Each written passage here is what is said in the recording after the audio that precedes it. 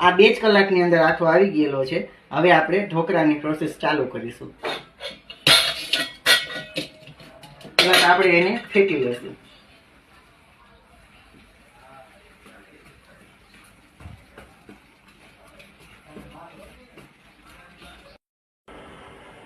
जय नारकेश्वर महादेव અને ઓમ નમો નારાયણ જય દર્શનામ। જો આપણે બપોરે પહેલાં મેં જે વિડીયો ઉતારેલો હતો એ બરાબર સરસ રીતના ખીરું આવી ગયું છે આપણું। તો હવે આપણે આને પહેલાં એકદમ હલાવી લેશું। એક જ બાજુથી હલાવવાનું રહેશે, કારણ કે આમને આમ હલાવશો તો સરસ મજાનું આ ખીરું છે તેનું બેટર તૈયાર નહીં થાય। એટલા માટે આપણે પહેલાં એક સરખું હલાવી લઈએ અને એક તરફથી જ હલાવવાનું છે। આ રીતના સતત હલાવતા રહેવાનું છે 5 મિનિટ સુધી।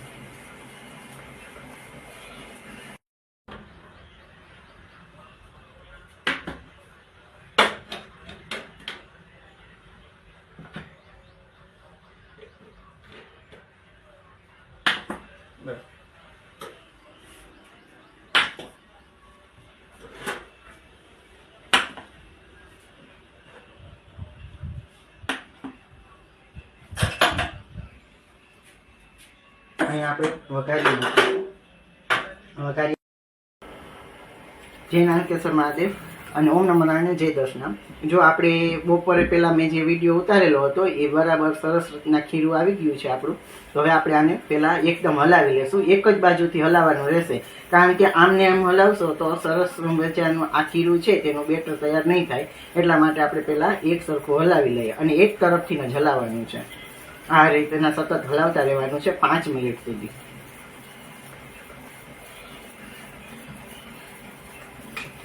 આ હલાવવાનું કારણ એટલું છે કે જેવું તમે હલાવશો આ ખીરું એ રીતના જારીદાર ને ક્રિસ્પી આપણા ઢોકળા થશે ને પોચા રૂ જેવા ઢોકળા તૈયાર થશે।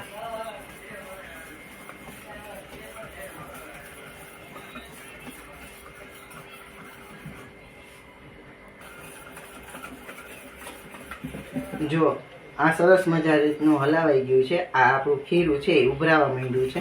હવે આપણે આમાં મેં 2 કલાક જેટલી આ ચણાની દાળ છે એ પલાળી દીધી છે, એ આપણે આમાં ઉમેરી દઈશું। અહીંયા આદુ અને મરચાં અને લસણની પેસ્ટ તૈયાર કરેલી છે એ ઉમેરી દઈશું। થોડા આપણે ધાણા ભાજી એમાં ઉમેરી દઈશું।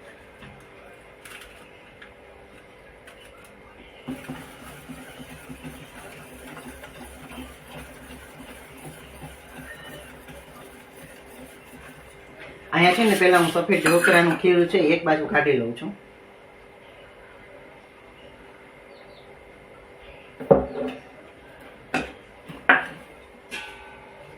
હવે આપણે આમાં થોડીક હળદર, સ્વાદ અનુસાર મીઠું અને થોડાક આવતા જતા સાજીના ફૂલ।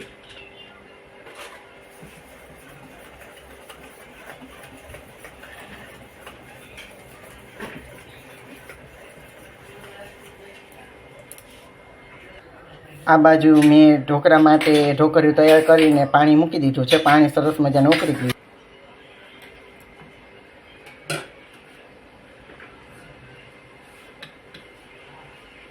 આ રીતના કરવાથી આપણા ઢોકળાનો કલર કોમ્બિનેશન જેવું થઈ જશે, સફેદ અને પીળું। આપણે પછી જે ઢોકળા બની જશે ત્યારે તમને આનો કલર સરસ રીતના જોવા મળશે। આ રીતના મેં નીચે સફેદ ઢાળી લીધી છે ઢોકળાની જે ખીરું હતું એ થાળીમાં। હવે આપણે ઉપર આ રીતના બેટર ઢાળીશું। જો આ રીતના તમે બોળો નાખશો તો તમારો 2 જ કલાકમાં બોળો આવી જશે, ખાલી સાજ લીંબુના ફૂલ, ઈનો અને છાશથી।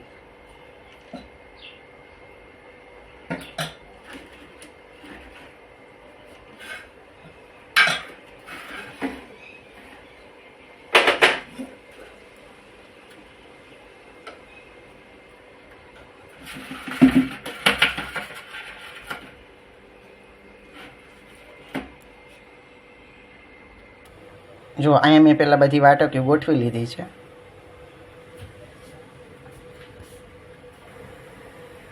હવે ઢાંકણ ઢાંકી અને થોડીક વાર થવા દેશું।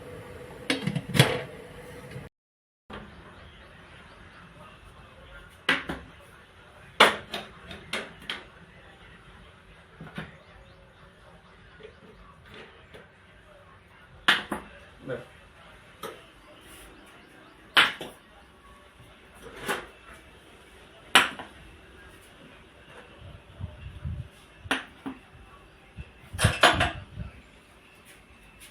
અહીંયા આપણે વઘારી મૂકીશું. વઘારીયામાં તેલ ગરમ થઈ જાય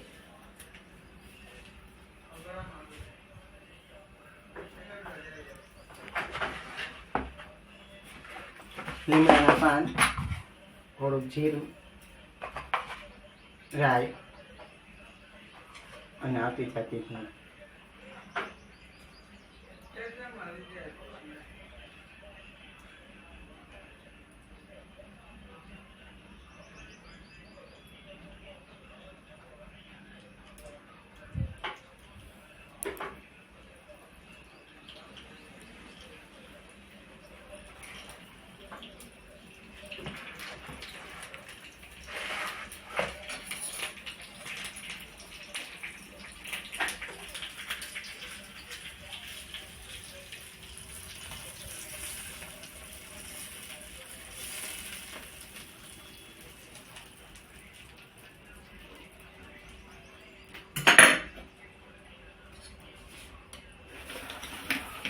હવે આપણે કાપા કરી લઈશું.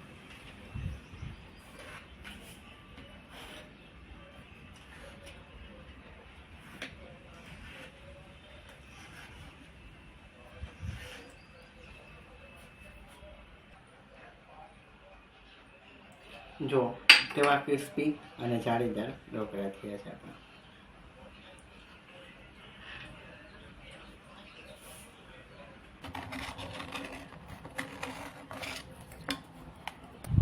તો તૈયાર છે આપણા આ ઢોકળા. અમારી ચેનલને લાઈક કરો, શેર કરો અને સબસ્ક્રાઈબ જરૂર કરો. આમાં થોડીક આપણે કોથમીર ભભરાવી દઈશું. અમે જ્યારે ઢોકળા કરીએ તો મારા બાને બહુ યાદ કરીએ, કારણ કે મારા બાના હાથના ઢોકળા બહુ સરસ થતા. અને તમારે પણ જો જલ્દી ઢોકળા બનાવવાના હોય અને કદાચ આથો ન આવતો હોય તો આ રીતના તમે બનાવશો તો ઝટપટ 2 કલાકની અંદર જ આથો આવી જશે અને ઢોકળા પણ સારા અને સ્વાદિષ્ટ બનશે. તો સર્વને મારા જય નાગેશ્વર મહાદેવ. ઓમ નમો નારાયણ. જય દર્શન.